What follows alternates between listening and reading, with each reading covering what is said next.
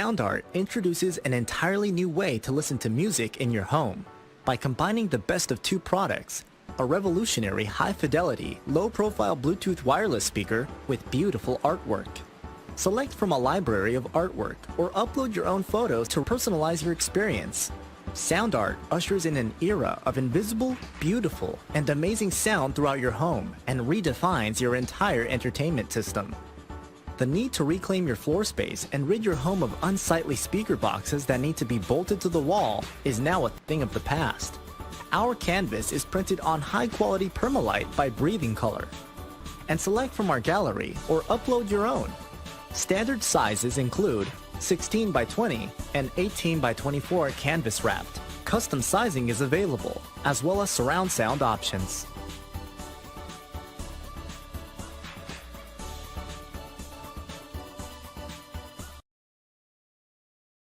After months of quarantine, we're all interested in how we can become our best self. The team at Permanent Makeup and Cryo is here to help you get the flawless makeup look every day without the extra effort or time. When it comes to your appearance, you deserve the best care that money can buy.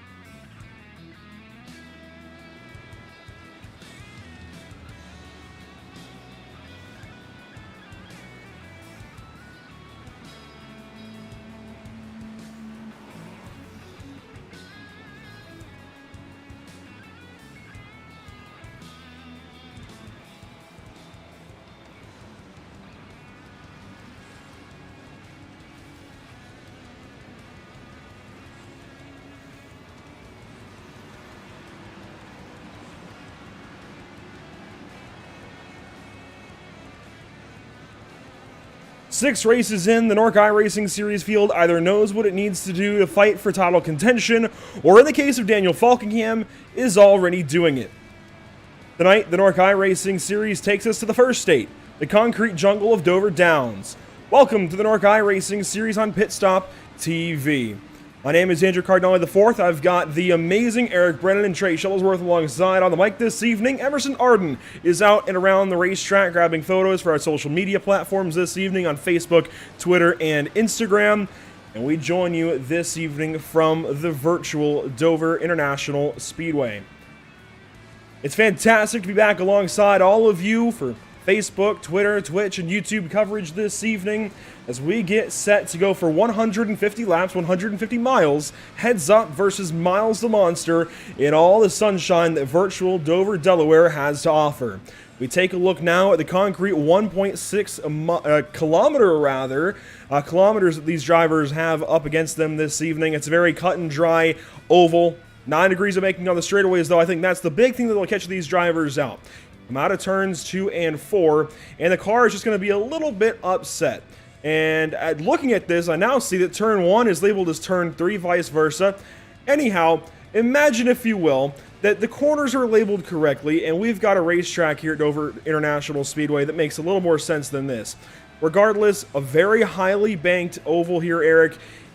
They call it a self-cleaning racetrack for a reason. Usually when you have a problem, you wad up towards the wall at first, and then you come wiping right back down onto the apron, or quite honestly on the straightaways, into that hard inside wall. Yeah, indeed. And you hit the nail on the head as far as describing the characteristics of this racetrack. And I'm going to admit I have a lot of bias with this venue because it is the track that I've gone to the most Major League stock car events, being from the New York area. This is a home track. And one of the most unique terms that many drivers use to describe the attitude that Dover has is that it's like a roller coaster. And that's not proverbial. A lot of the racing venues that we visit on the NORC slate, when you enter the corner, you drive up into the banking. Here at Dover, when you go into turns 1 and 3, you actually kind of fall off into the corner before that 24 degrees of banking catches you. And as you mentioned, then on corner exit, you have to rise back up to that 9 degrees. It sounds a little bit counterintuitive as far as how things should work with a banked racetrack, but that's what makes Dover so much fun. But it's also why when things go wrong here, it's usually pretty spectacular. Yeah, those are some excellent points that you bring up, Eric. And I'm in the same boat as you. Technically, if you're looking at places where NASCAR National Series go to, Pocono's a bit closer, but I've been to Dover quite a bit, and it is just an absolute amazing place to see stock cars wrestled, race cars around, just because, yeah, quite frankly, it is Bristol on steroids, if you will. It combines a lot of those characteristics of racing at Bristol, where the confines are incredibly tight, with the speeds that you'll see at intermediate racetracks. And it really presents for a very unique challenge for the virtual race car drivers that are taking to the track tonight. But yeah, I mean, otherwise, another thing that I see as unique for this racetrack is the fact that normally when you go on a racetrack and a racetrack in iRacing, it seems like you're either fighting with tightness or like a tight turn radius off of the exit of the corner, or you're fighting with a car that can be very oversteery and loose. And this is a racetrack where both of those things can come and bite drivers very easily. I would certainly agree with that, Trey Shuttlesworth. This racetrack will get you no matter how it wants to get you. You can actually see a great view of the front stretch right here where you come out of turn 4, you actually rise up a whole lot more, especially if you're on the bottom line than at a lot of racetracks. And it really does feel a bit like a rallycross jump. You come up that jump, you land back down for the better portion of the straightaway, then you go back uphill a little bit before you drop down into turn 1 or turn 3, depending on which end of the racetrack you're on. This is certainly a monster of a racetrack. Pun kind of intended, but also not. I think realistically, this is simply just a monster of a racetrack. It's tough to get your hands around. We'll take a look at the standings coming into this evening. 6 races in, as I mentioned, top of the show, and Daniel Falkingham has claimed half of them. Zoltan Herzeg now enters in the new second-place position. Tyler Justice falls back after tornadoes impacted his area and forced him to drop off of the sim last week at Road Atlanta. David Schutt, he moves into that 4th spot. Cody Miller back up into the top 5. Chad Oxendine joins him just 1 more point back. So actually you got 3rd and 4th separated by 1 point. 5th and 6th separated by 1 point. And then we have a 3-way tie, 9th, 10th, and 11th. A whole lot is going on in these standings. And as you can see by the depiction of our graphic here, top 12 are going to make their way into the chase at the end of the season to help decide a championship. And it's not by virtue of wins. It's just straight up top 12 in points. The wins obviously help, but look at that battle at the cut line. As Andrew just alluded to, that 3-way battle, 9th through 11th. Then you got a small gap to Tommy Gossett, who holds that final spot locked into the playoffs as of now. And then Zach Lindgren, only 2 out. Then you got Sheldon Lockie, Howie Briss, who was the biggest mover in the points last time out. After the math was done, he picked up about 6 spots in the standings, and Bobby Chaney, who plummeted out of playoff contention by result of the way in which the points were tallied after Road Atlanta, he's now on a bit of a comeback trail there in 16th. There's a lot of really good names outside that cut line right now. We still got a good bit of racing left to go as far as till we get to the playoff time, but I'll tell you what, Trey, you know, for some of these guys, they got to start to sweat this out, and this is a racetrack where you can make up a lot of ground, but surely one mistake could cost you an opportunity, or at least put you behind the 8 ball and force you to have to battle your way back. Yep, that's an excellent point, Eric. And yeah, you look at the point standings there, and just across the board, incredibly tight, looking at the fact that a lot of drivers are within that one race zone of falling in or out of contention. But yeah, we go into qualifying now. 2 laps will be available for drivers to try to set a quick time tonight here at Dover. But otherwise, yeah, like you said, punishments are going to come swiftly and harshly here at Dover, just considering the fact that these drivers will have 0 fast repairs available tonight. Zach Lindgren on the speedway making his first timed lap. It looks like Pancari so far fastest. Spencer Ray sits second. You see Terrell Baker currently third. I'm sure a lot of this is going to change. Only a few drivers, though, have times in. Lindgren, the slowest of the bunch so far. We'll see if that changes on lap number 2. Michael Keithley is also out on the 1 mile speedway. And the number 53, Shrek Ford Mustang. Will Klein goes fastest, and he will abort, it looks like, whatever lap was after that, if there was one after that. However, Femi Olot making his first start all season. That's why we don't even have a number graphic for him on the left side on your ticker. This is his chance to defend the last couple of races here at Dover. He won both Season 9 and Season 11 here at the Dover International Speedway, looking to maybe make it another one, make it 3 in a row at this racetrack. Where does he go in qualifying? He may have picked up a bit of wall contact, doesn't put himself on the timing sheet. We'll see if that changes the next time through. We, of course, have our schedule that we can take a look at. Of course, all the rest of the races left as Falkingham goes purple in this qualifying session. We check in race number 7 this evening, 150 laps at Dover International Speedway. Homestead Miami Speedway, I'm actually quite excited for that one next week, Eric. I'm looking forward to seeing how they do riding high, wide, and handsome up against the wall. iRacing Super Speedway, Iowa Speedway, Nashville Fairgrounds, a lot of really diverse races coming up. Then we go to Auto Club for 100 laps, the Talladega Duels there at 13-14, then Martinsville, Road America, Atlanta, and Legacy Daytona. That's your run to the chase. Yeah, then once you do get to the chase, you got Indy, Texas, the Bristol Dirt event on round number 21 of the season, Darlington, Phoenix, Chicagoland, championship decided in Vegas. I love the diversity of this series, Trey Shuttlesworth, because it truly puts the best of the best in the position to kind of put themselves atop the standings with pride. It's not a matter of luck. You got to be good on every type of racetrack, and even a handful of super speedways. We still got 4 left if you count the 2 duels at Talladega, iRacing Super Speedway, and Legacy Daytona. I mean, there's a chance for a lot of guys here to get themselves up into the mix, especially if they haven't quite figured out the road course, the short track, or the intermediate programs. Yeah, all around, Eric, this schedule, I think another thing that it does very effectively, it makes it so that you can never get into a rhythm if you're someone that is effective on, say, intermediates or road courses, because it's always switching up the type of racetrack that we're going at. I look at the schedule, Homestead's an intermediate, then we go to a super speedway, then it's 2 short tracks, right back to a large intermediate racetrack or something a bit larger than that, back to the super speedways, and we just continue with that series of inconsistency, and it's going to make things really fun all the way getting into the chase. A lot going on, certainly, here in NORC Season 13. So we'll step away from that, get back to our qualifying coverage then, as we are down to about 20 seconds left. Falkingham, you can see him atop the scoring pylon, but one driver might be looking to change that right quick. It's Zoltan Herzeg on the speedway. What can he do in the number 96 Chevrolet Camaro up out of turn number 4? This will be the only lap that he gets. How good is it? 10 times the board so far, and he goes to pole. Zoltan Herzeg, not necessarily record-shattering at a 23.18, but it's fastest by 1/1000th of a second over Daniel Falkingham, and that nets the driver of the 96 pole this evening. How about that for a last-second change-up on our starting grid? And speaking of the starting grid, we'll get straight down to it. You see the field starting to populate the pit lane. On pole this evening, just talked a whole lot about it. Zoltan Herzeg, Season 12 champion in the NORC iRacing Series, qualifies first. Will start first this evening from Dover Downs, alongside last week's winner, Daniel Falkingham, in the number 20 Chevrolet Camaro. Starting 3rd place this evening, Will Klein. Starting 6th, Tom Mercier. Pretty good starting spot for him. Starting 5th position, rather, would be John Berry in the 74. Brett Pancari rolls off 6th. Starting 7th, it'll be Spencer Ray. 8th, Howie Briss. And to finish out the top 10, it's Terrell Baker and Bobby Chaney.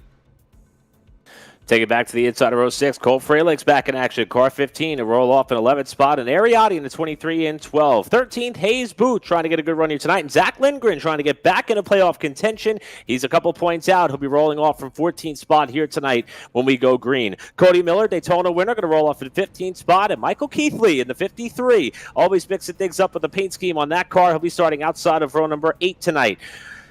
Back to 17th spot. Dallas by hand to the 41. That's a name that we have not seen much this season so far. And Femi Olot, as Andrew mentioned, back in action with that Interstate Batteries number 18. That Supra will be coming from the 18th spot. And rounding out our top 20 here tonight, Aaron Smith in car 70 after the great run at Road Atlanta, and David Shutt in car 5. And as we look at the final third half of the field, or not half, just third of the field, if you will, it's all going to be drivers that haven't set a qualifying time tonight. And there's a fair amount of talent back here, such as in the 21st position, it is your North Wilkesboro winner, Chad Oxendine, and that's going to be Spencer Owens to his outside in the 22nd position. 23rd will be Jared Darling, and he will be accompanied in the 24th position by Sheldon Lockey. Now we look at the likes of Sean Williams and Elijah Gracia making up the 25th and 26th positions on this starting grid. Just a couple more rows to go over here at Dover International Speedway. Next, we have there's Scott Shire in the inside in the 27th position, and it'll be Patrick Colby to his outside in the 28th spot. 29th will be Josh Robin, and then it'll be Taylor Frey, and then we have one more driver rounding out the field. We saw him win in the BRP. It's actually Justin Ford gridded in the 31st position. My apologies there. It'll be 31 cars to round out the field here at Dover International Speedway. A very diverse field as per usual this evening. Everybody getting up onto the banking, getting ready to go for 150 laps. It's a bit shorter than some races that have been run here in the NORC iRacing Series at Dover, a bit longer than others. But 150 laps, 150 miles, about half of what you'd normally see in a NASCAR Xfinity Series race. Getting ready to go green, the entire field of 31 coming to you through the high banks at Dover down. Zoltan Herzeg on pole, Daniel Falkingham outside of him. And we will, of course, turn things over to the one, the only Terrell Baker to start this one off. TCB, take it away. All right, boys, here we are here at the Monster Mile. I'll be your outside to get a good old Monster Mile.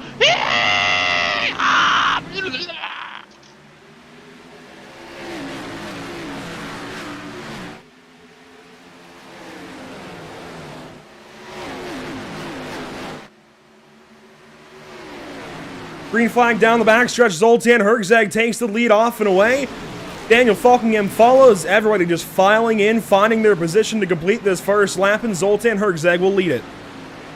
Herzeg, who picked up his third pole of the season in qualifying by the narrowest of margins over the point leader, now maintains about a 2-car length advantage through turn 1. You see Falkingham second in line, slide up off the bottom a little bit. Everybody hugging the inside lane early on in the going in this one. Falkingham with a peak down low in 3. He'll duck back in line as Herzeg parades the field through 3 and 4. And if these drivers stay in this type of formation, these laps are going to click off relatively quickly early on. Yeah, it's a surprisingly orderly start, I'd have to say, considering the fact that it's only going to be 150 laps here at Dover International Speedway tonight. And ultimately, I looked at the field, and I don't see a double wide battle until we get outside the top 10. We see Hayes Booth currently to the inside on that 11th position. I believe he's challenging on either Femi Ola or, it's actually the 24 car there of Bobby Cheney, who's starting to drop down the leaderboard as it's Ola now getting past him. And Femi Olot drops down to the bottom side in front of Bobby Cheney. You see Bobby now with trouble from behind. That is Cody Miller, Daytona race winner, moving up to the inside of the 24 car. They'll do battle down to the bottom side now of turn number 3. David Shutt in behind these two. So a lot of great names mixed all the way through this field. Of course, we started this one off with Terrell Baker. He is now in the 8th position, right behind Spencer Ray, who's making a move on Brett Pancari. This is big. That 6 car starting to move a little bit north in this race, and Terrell going to follow. He's going to move up to 7th spot. This lap number 5 now of 150, and the 25 is looking promising. So all you TCB fans, I know there's a lot of you out there, you've got something to cheer for this evening. Missed last week at Road Atlanta, and he is back with a vengeance. Yeah, and so far he looks really, really good, and he appears complacent to follow Spencer Ray up towards the front of the pack, and I'm really interested to see what Spencer Ray could do here tonight. He's somebody who's very versatile as far as his experience on the sim. We saw him qualify very well at North Wilkesboro. Granted, that's a short track. Dover, a totally different animal, but he is all over the backside of John Berry here in what's going to be a battle for a top 5 spot. I like the way that Ray's getting off the corner. Gets a good run here, kicks Berry up off the bottom lane, and this is a side-by-side battle for 5th, and I think TCB is going to try and follow off too. No, Berry slams the door as they come down the backstretch. Overall, a very effective utilization of momentum off the exit of the corner by Ray, and this early in the race, it was also an intelligent move by Berry. Knowing that this is a race where full fuel is being utilized, you're really going to have to push those tires all the way to the end of their lifespan, so the more you battle, especially early in the run, it's just the quicker you're going to fall off that cliff in terms of the tire grip available to you as a race car driver. Zoltan Herzeg still leading the conga line down the backstretch now into turns 3 and 4. Once more, we'll complete lap number 8 this time by. And Falkingham is kind of slotted into that second spot right where he started, is just holding nice and tight right now. And I like everything I've seen this season from this guy. We've been talking about it a lot, obviously, especially since he grabbed that first win at Kansas. He's led so many laps this season. He's completed every one of those laps as well. Just everything that Daniel's got going for him this season looks fantastic. He's won half of the races so far. He's taken his win total from 4 up to 7 in the league as a whole. He's almost doubled that, and we're only just over a fifth of the way into this season, Eric. Everything that he's doing is looking good. He's out here challenging another one in the second spot and just riding around. Obviously, everybody's trying to ride around right now. Get what you can get if you can. Otherwise, just find a rhythm. Yeah, and I agree with you there. I mean, this is a driver who's doing everything that he has to, and he's doing it right. And I want to give you a lot of credit, Andrew. I mean, you put together an incredible stat sheet for us before we come on the air for these broadcasts. And Falkingham is one of only 3 drivers who have run all the laps so far this season. And not only has he run them, he's run them well. I mean, he's pretty much finished in the top 10 just about every race that was run, at least in all the races that were counted towards this championship contention. And 4 top 5s, all of which carry, of course, the 3 wins that he's got this season. And he missed out on the pole by 0.02 of a second. He's done all this, even with the emotional win he had last week on the road course at Road Atlanta. We think this may be his time, his year, and I think, Trey, when we hear him talk about the success he's had so far in 2021 and season 13 of NORC, he's very humble. None of it is getting to his head. He's not overconfident, and he's still well aware at how strong this field is, and he's able to continue that pace each and every week, despite the fact that, you know, he has had enough success to brag about, boast about. He backs it up on the racetrack, and he has done none of the sorts. He's a really well-rounded driver, a great person, and really quick so far, no matter what type of track we're at, and he's running second. All I can do there with you, Eric, is absolutely agree with what you said about race car driver Daniel Falkingham, at least, you know, virtual race car driver here in the NORC iRacing series. But yeah, especially at this point of the season, this will be round 7. We're starting to get to the midpoint of the regular season, and it could be a place where you could very easily really just get comfortable, be too comfortable, and you could very quickly fall down the point standings leaderboard. But no, at least so far tonight at Dover, I think he's doing a pretty consistent job here, obviously in the second position, and I think it's just been reflective of the season he's had so far. Riding around about 142, the slowest speed in the corner. Pumps back up onto the back straight. We'll see what he gets up to down the straightaway. But just everything from Daniel has been nice and consistent, nice and championship, I think, esque. Certainly, everything's been good this far, and I don't know how you can count against the 20 car, but if you're going to count for somebody to possibly get up there and beat him in that championship, it's the guy he's chasing currently. Zoltan Herzeg led every lap so far. It's only been 15. We're now on lap 16 as, oh my, Howie Briss pounds the wall at a turn 2, and we've seen our first, not quite Darlington stripe, but Dover stripe, I suppose, as the 97 just gets a little bit tight. And this harkens back a little bit to what Trey Shuttlesworth was talking about, where Dover can certainly upset the car in several ways. It's not just getting loose, it's not just getting tight, as Shutt looks to the inside and Briss shuts the door. That time, pun definitely intended. But Howie Briss, you can see right there, might have even been in a 4-wheel slide. He could have had both conditions at the same time, Eric. Slid up the racetrack regardless, pounds the outside wall, and is quickly falling back. And the problem with that is now those issues are only going to multiply with that damage. I mean, if you hit the wall that hard here, especially with these Xfinity cars, which we talk each and every week about how they have less downforce as opposed to the Cup counterparts, you could visibly see it there on the right front. I mean, he sustained significant contact with that wall slap off the corner, and he got very lucky that he didn't get run over while trying to come off. And you could see how much this car has tightened up since making contact. Brett Pincari's going to go by. That's about the 3rd spot that Briss has lost in the last 3 laps. And here comes Femi Olad, and I love that Dave Blaney throwback scheme that he's got on that car. Cole Freilich, that is, I should say, in the 15. I love that look he had. He looked very sporty at Road Atlanta, got taken out early, didn't get to display those old school Amoco colors throughout much of the night, but boy, Howie Briss is in trouble, especially if this race stays green. I think he's going to continue to plummet down the running order here if he does not catch a caution to get that car repaired. Yeah, without a doubt. Just for a number of factors, Dover is not a great place to be in this position where you have a lot of damage to your race vehicle, if you will. Just because cautions, at least based off of the evidence we have for the NORC iRacing series, cautions don't happen all too often here at Dover International Speedway. an average of about 4.6 cautions in the 6 or 7 races we've had in the NORC iRacing series at this racetrack. And then otherwise, if you do get those caution flags, there just isn't a whole lot of time for a pace lap to occur here at Dover. So you want to, or rather what I'm trying to say is, to get all of that damage repaired in, say, one go down on the pit lane can be quite difficult. Watching a side-by-side battle, we got a spinner. Oh my god, we got a car up and over. Spencer, something's gone wrong. Spencer Ray is up and over down the backstretch. I was getting ready to talk about that battle with Cody Miller and Sean Williams, and suddenly there was smoke, and just about as suddenly we had Spencer Ray on his lid. This, I think, is only the second time that I've ever seen a car flip at Dover. Joey Logano was the first. Spencer Ray now does it.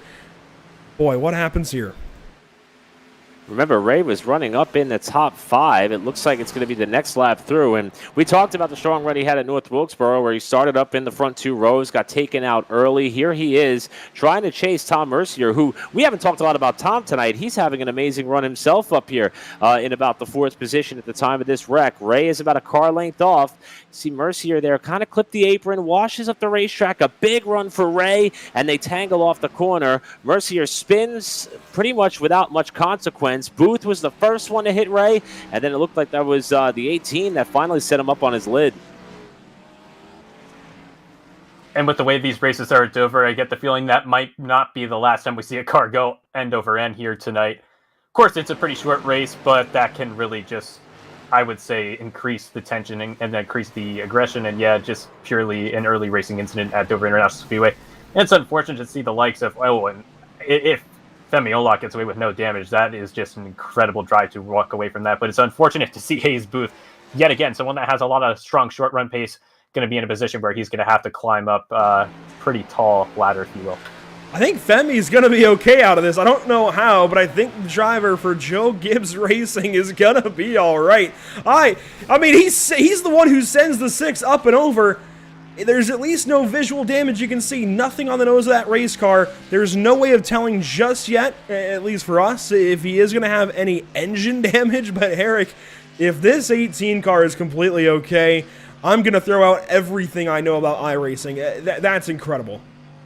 Yeah, and I will tell you, I love that onboard view because you saw the difference between a driver who has so much experience on the sim, like that of Femi Olot, and Hayes Booth. And now, we love Hayes. Hayes actually works with us on the platform from time to time, calling some of these races. But you saw the moment that the smoke appeared, Olot immediately got off the throttle and slowed that car down. Now, granted, he still was able to ramp Spencer Ray up skyward, but Hayes Booth went barreling into that wreck. He sustained a ton of damage because of how fast he arrived on the scene and made contact with the stationary car, while Olak got it slowed down enough. It's certainly bizarre and quirky to watch how that all played out, but nevertheless, he's able to live to fight another day, and Hayes Booth has enough damage to put him out of contention right now, and he sits about in the 30th position. So that's the difference between somebody who's, been around the block a few times on the sim, is used to seeing things like that happen as we're a half lap away from the restart, and somebody who was a little bit more rambunctious that time. We also got some pit strategy that's unfolded here.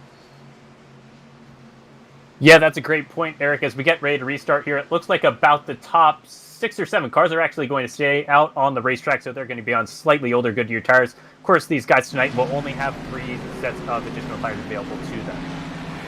Everybody will climb on back, including Zoltan Herzeg, Ariati, Tom Mercier, Sean Williams, Femi Olot. They all pitted and will restart a bit further back in this field. The top 6, Falkingham, Barry, Cheney, Freilich, Owens, Darling, they stay out. And Falkingham, a fantastic restart, launches up and away, and drives away from the 74 on the restart. John Barry follows in behind, a battle for 3rd starting to pick up, and Cheney and Freilich will single file out.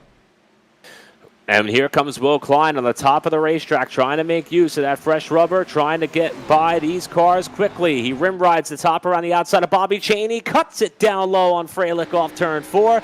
If we want to see how much tires matter, Trey, we're seeing it right here early. Just 25 laps in, now 26 on the board. And look at how much faster Will Klein is with that fresh rubber. He is rocketing his way to the front, and he's got Herzeg not that far behind him.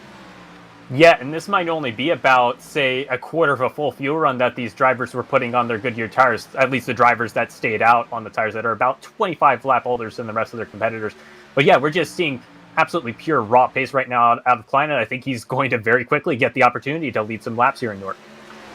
This just feels very, very early to have pitted. I mean, obviously it's working in the short term, but if you figure you've got 3 sets of tires, I don't know. They might come a little closer to lap 40 possibly for that pit stop. Will Klein, nonetheless, though, I mean, he just makes it look like the 20 is standing still, and Zoltan Herzeg will do the same. Will Klein, new race leader at Dover, quickly by Daniel Falkingham, quickly brings Zoltan Herzeg through, and here comes everybody else on those new tires. Femi Olot, Terrell Banker, and more coming up and by the 20 car. Yeah, this trail of 4 is pretty much just cut a trail to the front. They've all gotten themselves up in the top 4 positions while everybody else starts to fade back who elected to stay out on the racetrack. And here's the fight for the lead. Herzeg's going to have a peak down low on Klein. We're door-to-door for the top spot in 1 and 2 with Herzeg starting to squeeze out in front, and they'll take the lead away on the backstretch. And it's not going to be much, and he has quite a bit of competition behind him. We saw Femi Olot start outside of the top 10, and with a little bit of strategy and a little bit of perseverance through that instant, already up into that second position here on lap 30, only about 20% of the way into the running at Dover. Pro driver in the eNASCAR iRacing Coca-Cola Series for a reason. Femi Olot up to the second spot just like that. After flipping a car down the backstretch, he is now in the second position and ready to pounce on this number 96 Chevrolet Camaro of Zoltan Herzeg. Zoltan Herzeg, the winner at Kentucky. He's looking great on these intermediate, you can call Dover a short track, I think, but certainly intermediate racetracks so far, I think, has mirrored Daniel Falkingham's pace on these somewhat larger racetracks. This could be his first big competition not named Daniel. Femi Olot makes this start the first time all season, shows up and is ready to defend his last 2 wins here at the Dover International Speedway. And I mentioned that he got those last 2 wins in Season 9 and Season 11. You have to go all the way back to Season number 2 in the NASCAR Xfinity cars at the time in 2015 to find the first race here at Dover in NORC. Marcus Richardson won that one. Bobby Zelensky won here in 2016 in Season 4. Ariati in the field this evening, won in Season 6 in 2017, but Femi Olot won in Seasons 9 and Season 11. Yeah, and I think, what's that racing cliche that we use? He's already made a deposit from the luck bank as far as when the front hood of that Interstate Battery Supra served as a launch ramp for Spencer Ray and that crash on the back straightaway. So I think he kind of knows that he got away with one there, and he may not be too aggressive at this point in the race. We're not even a third of the way through this 150-lapper, and as we mentioned many a times, that at least this top 2 has already gone through a bit of a tire change, make that the top 4, and I believe Cody Miller and Elijah Gracia have also been a part of the same strategy as Falkingham has fallen back to 9th, but I wouldn't expect Olot to apply too much pressure just yet. And also keep in mind, for those of you who may not follow the NORC slate all that often, there are no stage breaks in this competition. We run straight through. Of course, we'll have cautions in the event of an incident, but there is no scheduled or timed caution that these drivers are vying for, and that's one of the things that I love about this series, because it truly helps mix up the strategy, and there's a lot of unknowns here. We think some of these guys may have pitted a little bit too early, but if this race stays green for a while, they may be in the catbird seat because the competition is going to have to come down about 25 laps sooner than they may. So a lot still to unfold here as we see one of the early race leaders in Falkingham now running back in the 9th spot. And I would have to say, with the older tires, it's a very respectable job that Falkingham's doing. And if he is to get a caution here in, say, 10 or 20 laps, I think he's going to be in a good position. And additionally, if you consider the fact that maybe some of his competitors will want to come down and elect to get another set of tires, I don't know that would be the wisest decision.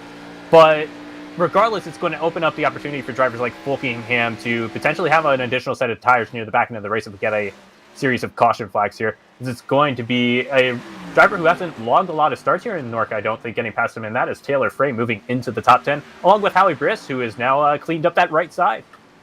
Taylor hasn't made many starts this season, but a longtime driver of the series, up in a 9th spot. Good to see him doing well this afternoon. But Falkingham just continuing to slide back now outside the top 10 for the first time in, well, at least 2 races, considering last week he led every single lap at the road course at Road Atlanta. John Barry has fallen just about equidistant with the number 20 of Daniel Falkingham, and they're soon going to have Michael Keithley and Ariati and more driving up to them, and it looks like that's about it for the drivers who took tires on that caution. Aside from guys who have some damage, it looks like well, we can say Chad Oxendine. He is mired back here in the 18th position. He's the next driver to have pitted, but he took only 6.4 seconds on the pit lane. Wonder if that was fuel only. Possibly the same for Tom Mercier, who is still back here, isn't showing a ton of speed. So not really sure what's going on with those guys. We know the strategy up front, of course, was tires and to get back on the racetrack and pick up some time, and that's clearly worked. Zoltan Herzeg, Femi Olot, Will Klein, they've eked out this massive gap, including Terrell Baker, on everybody else. You can see as the gap is growing, we'll take these statics once more. You can see just how much space there is from the top 4 on back to 5th, and Cody Miller, even more of a gap back to Elijah DeGracia, Patrick Colby, and more. So this is incredible what these guys are doing up front, but of course, on those new tires. And you raise the fantastic point, Eric, that if this does go green, of course, it looks like it's starting to go the way of these drivers who have pitted. But if we get a late race caution, I think the drivers who stayed out on this yellow, as long as they're still in contention, are going to use this knowledge back and the fact that they just might have that extra set of tires on them to, well, drive by them at the finish. I think that's so important. I think sacrifice the pace early on to make sure you have it later. I agree with you 100%, Andrew, and I think that the only caveat to that potential strategy is what we're about to see unfold here, lap traffic. If you are someone who elected to stay out here, you've got to make sure that you're able to stay on the lead lap. Now, the lap cars so far have been very friendly, but as they start to work their way up towards what will be the top 20 in this field, they may not be as cooperative. They're going to know that in order for their strategy to pay off, some of the drivers who have fallen back by virtue of staying out are not going to want to fall a lap down, because that could unravel their race entirely. And as these leaders get up in the lap traffic tray, we talk about it a lot on road courses, but catching lap traffic at Dover could be just as challenging as what we saw 1 week ago at Road Atlanta. If you catch a car in the wrong place, I think the worst place would be off the corner. Not only could it cost you a position, it could cost you a race car. I mean, these guys got to be super careful getting around the back half of this field. Yeah, that you present a lot to unpack there, Eric. All around, if you're the driver that's ahead, that's trying to be respectful of the leaders, it's just a lot to worry about, having to look in your mirror and also hit your marks, and that could lead you to very easily making a mistake on the racetrack. And I think the other thing that's going to make it tough for the leaders as we see this overtake occur here is just the fact that we're mostly seeing a very single file Dover International Speedway, and in real life you might see a little bit more multi-groove Dover International Speedway, but we're really only seeing about one lane really prevail effectively so far, and that is Klein moving himself up into the second position past Femi Olot. Checking in on the situation for the driver of the 6 car in Spencer Ray. Sometimes, you know, you damage your race car, maybe blow the motor here in iRacing, and you get, I don't know, half an hour to 40 minutes of repairs that you have to take before getting back onto the speedway. No, not quite like that for Spencer Ray. It was somewhere to the tune of 51 and a half minutes of repairs that the driver of the 6 car would have had to sit through this evening if he wanted to get back into competition here at Dover. So you can certainly understand if he takes an early exit of this one. I mean, we could get this whole race in before he gets back onto the racetrack for too many laps. Brett Pancari drives on by Elijah Gracia, this for the 6th position. There is a car up ahead of these guys, and Cody Miller, that's kind of on his own. He's worked in front of it, looks like Hayes Booth, a lap car. No, that's Dallas Myhand. And actually, this is a great time to mention Dallas Myhand, who has not made a start this season either. This is his first start of the season. I'm not even sure exactly if he made any starts in Season 12. It's been a while since I've seen Dallas in the field. Good to see him out here this evening. Much like, Femi Olot, who, well, Dallas just pounded the wall there down the straightaway. Maybe this is why he hasn't made too many starts yet. I know a lot of these guys, they don't always race these NASCAR Xfinity Series style cars, Eric, and the way they handle can certainly catch you off guard. He catches me off the guard all the time. Yeah, we talk about how there's a lack of downforce compared to the Cup cars, and it's evident on the back spoiler. I mean, that was a big talking point with the Cup race that took place at Darlington this past weekend, and the fact that you really have to drive these cars a lot differently than you would on the Cup side, and I think it's also a reason why we're starting to see this battle for the lead materialize. They're going to be coming up on the back of Sean Williams. That's the blue car with the white trim just in front of your leader, Zoltan Herzeg, but Will Klein appears to have a really good long-run race car. We saw him make the pass on Femi Olot for second. Now he's all over the backside of Herzeg for the lead.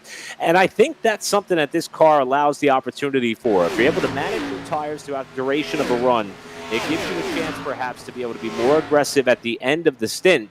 And I think that's where Will Klein is starting to prevail here, because he is certainly looking a tick quicker than that of the cars around him, and he's continuing to apply pressure on Herczeg for the lead.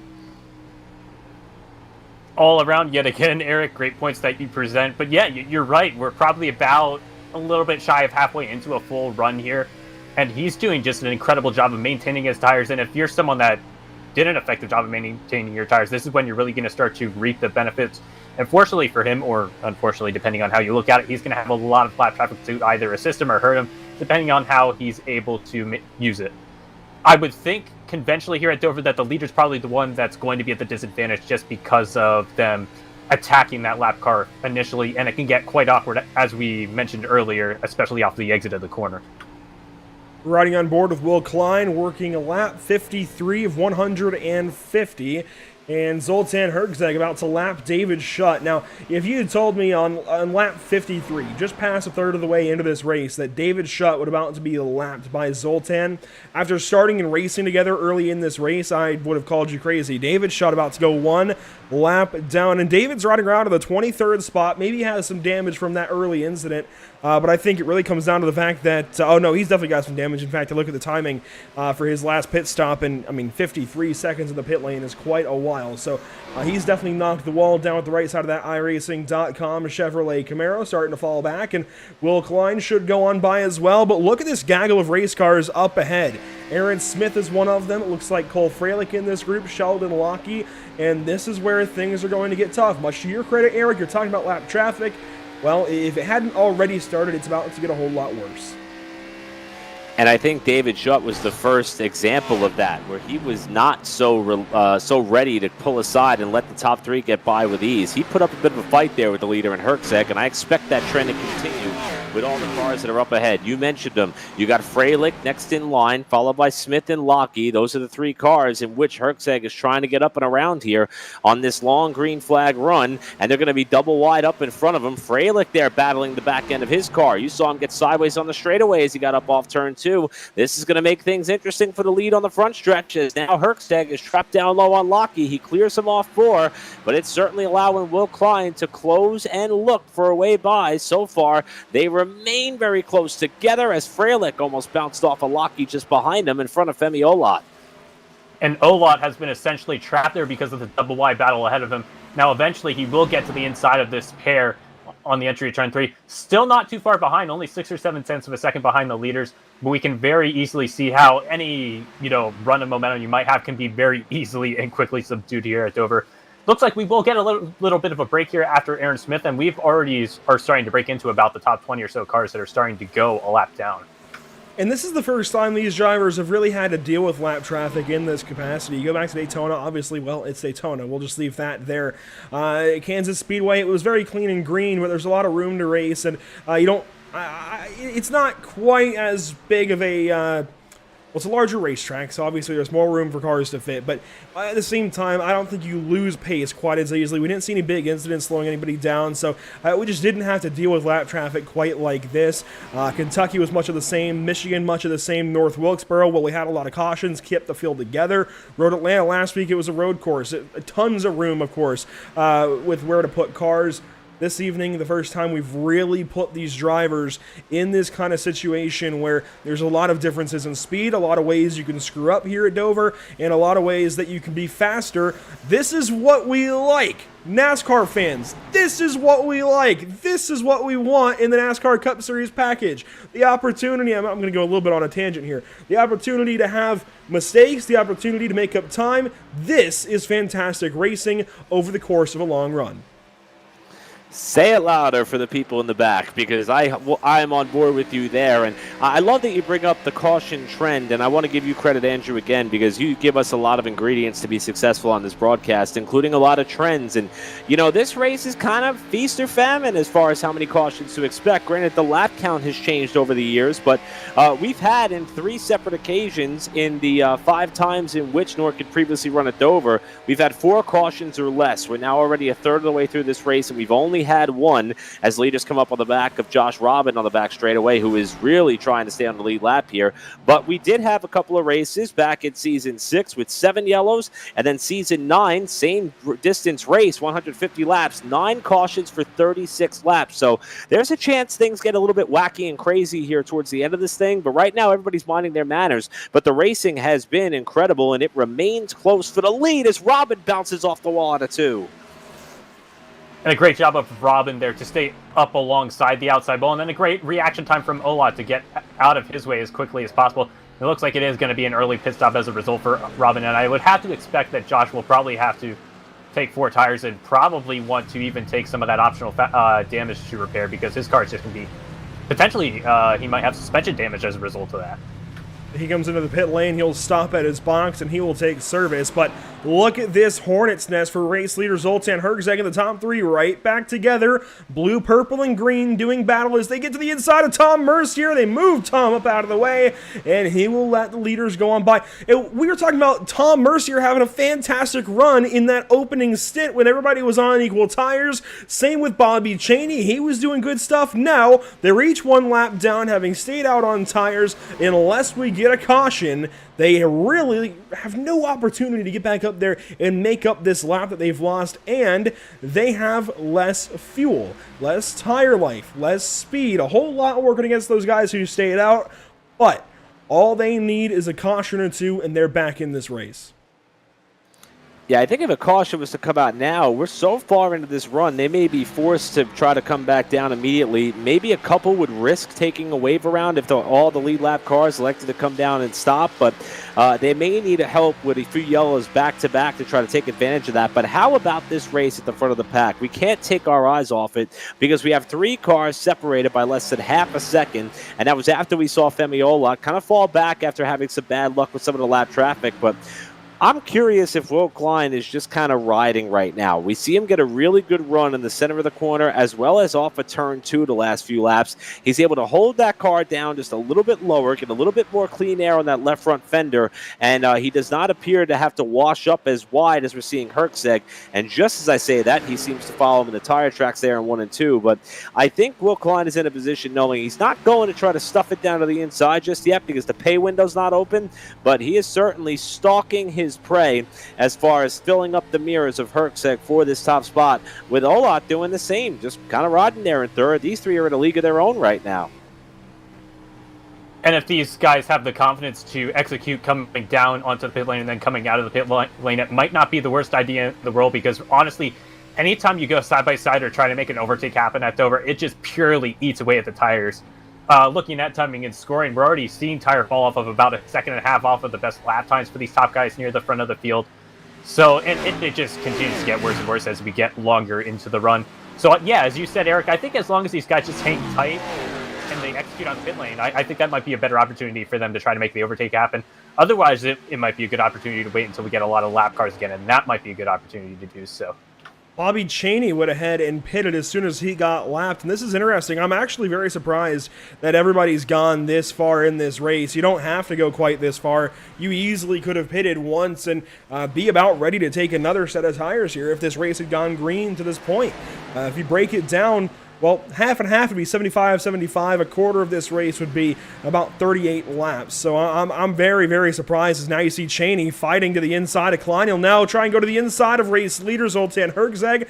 Does so easily, but look at that opportunity this opens up for Will Klein. Opens the door. He immediately goes down to the bottom side, ships it up the inside of the 96 car, and that door being opened by Bobby Chaney just changed hands of the race lead. And here comes Tom Mercier. This could repeat that process. We'll see what he does. Of course, right down to the bottom side, fights to the inside of both of these race leaders. This now has turned all of that lap traffic up on its head. It's now flowing in the reverse order. Yeah, and that's one of the things that we love about races, not only with low downforce like we were raving about earlier, but also with tire wear, because it creates a unique dynamic And let's talk a little bit about the pit lane. We're now seeing drivers like to come down and make green flag pit stops. Dover, as an oval racetrack, may hands down have one of the most difficult pit lanes to get on and off of. The transition from the 24-degree banking to the flat, as we see Cole Freilich, Sheldon Lockie, all coming in for service. We've seen in real-life settings many cars hit the attenuator that protects the end of the pit wall, or some of the tires that protect the inside of the retaining walls. Josh Robin is way off the pace out of turn 4 on the front straightaway.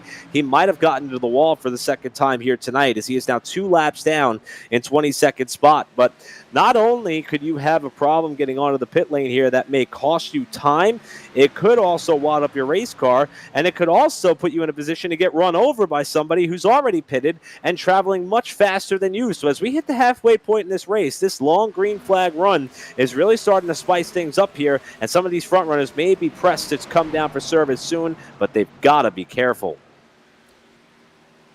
All I can say, Eric, is that basically, yeah, what you said about it being terrifying to get down on the pit lane, it just makes it very risky and very aggressive to try and undercut happen here at Dover, or if you will, pitting a little bit earlier into a pit cycle, just because this is a racetrack where you'll very easily fall 1, maybe even 2 laps down during your early pitting opportunity.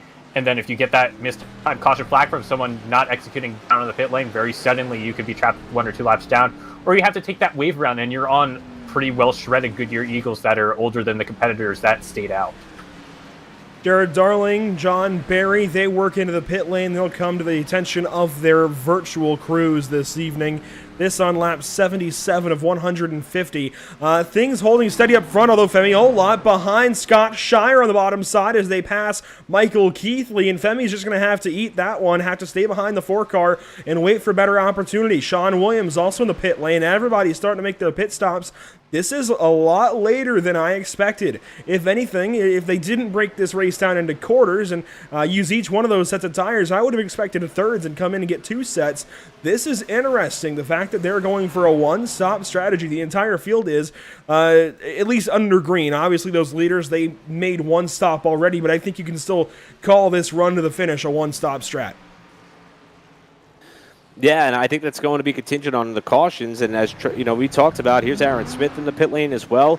I think for the guys who elected to stay out, even though they may have gotten burned by being out late, if we do get a late race yellow and they could somehow find their way back on the lead lap, having that extra set of tires in the bank could pay off for them, considering the fact that they burned through one set while a lot of these front runners are getting set to go through their second. Now, if the race stays green towards that latter stages, then everybody will still have a fresh set with that one-stop strategy you were just alluding to there, Andrew. So, and one of the drivers who was on the opposite end of that strategy is now coming to the pit lane. That is your 3-time winner and points leader, Daniel. Oh, he sped.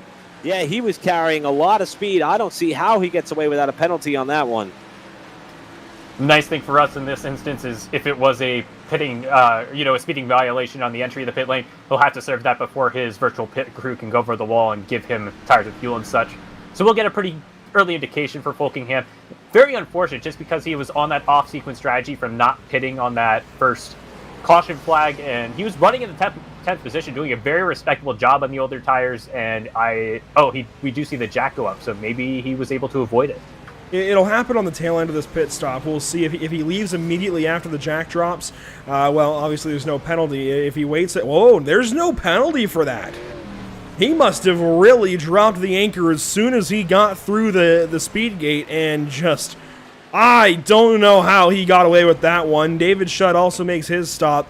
Daniel Folkingham just got away with one for sure that time through. Zoltan Hergzeg still leading this race. He's going to try and lap Sheldon Lockie, or actually I think Sheldon Lockie just drove back a lap ahead of where he previously was. I think just gained a lap from passing the 96 car of Zoltan Hergzeg. Here comes Cole Freilich. He'll try and do the same. Ariati there as well. Area past winner here at Dover. He is 1 lap down now in that lucky dog position. There's a lot going on. A lot of drivers getting lapped, getting unlapped, making pit stops. There's a whole lot to follow, but this is currently your lucky dog driver as Hergzeg obviously regained the lead, got back by Will Klein, and went and chased this 23 car down.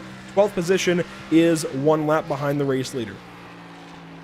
And Folkingham was one of the later cars to come down for service that did elect to to stay out early in this race. So I think that would mean that we could expect these cars up at the front of the field to go perhaps another 20 to 30 laps or so before we can expect to see them come down. And that may put them in prime position, because then they're going to be able to, if the race stays green, have the freshest tires for the final third of this event and not have to come down again for another stop. So as far as when we could expect to see these leaders, it may turn into a bit of a strategy play. The top two have kind of left Femi Olot in the dust for now. That lead back to third is now grown to about 2.5 seconds. So if Olot wants an opportunity to try to make up some ground quickly, I would suggest an undercut by Olot if he wants to try to do such a thing here, even though it may rubber band back to bite him. But right now, these leaders have their hands full with cars that have come down for service. We're going to be 3 wide off the corner, and Shutt's off the wall.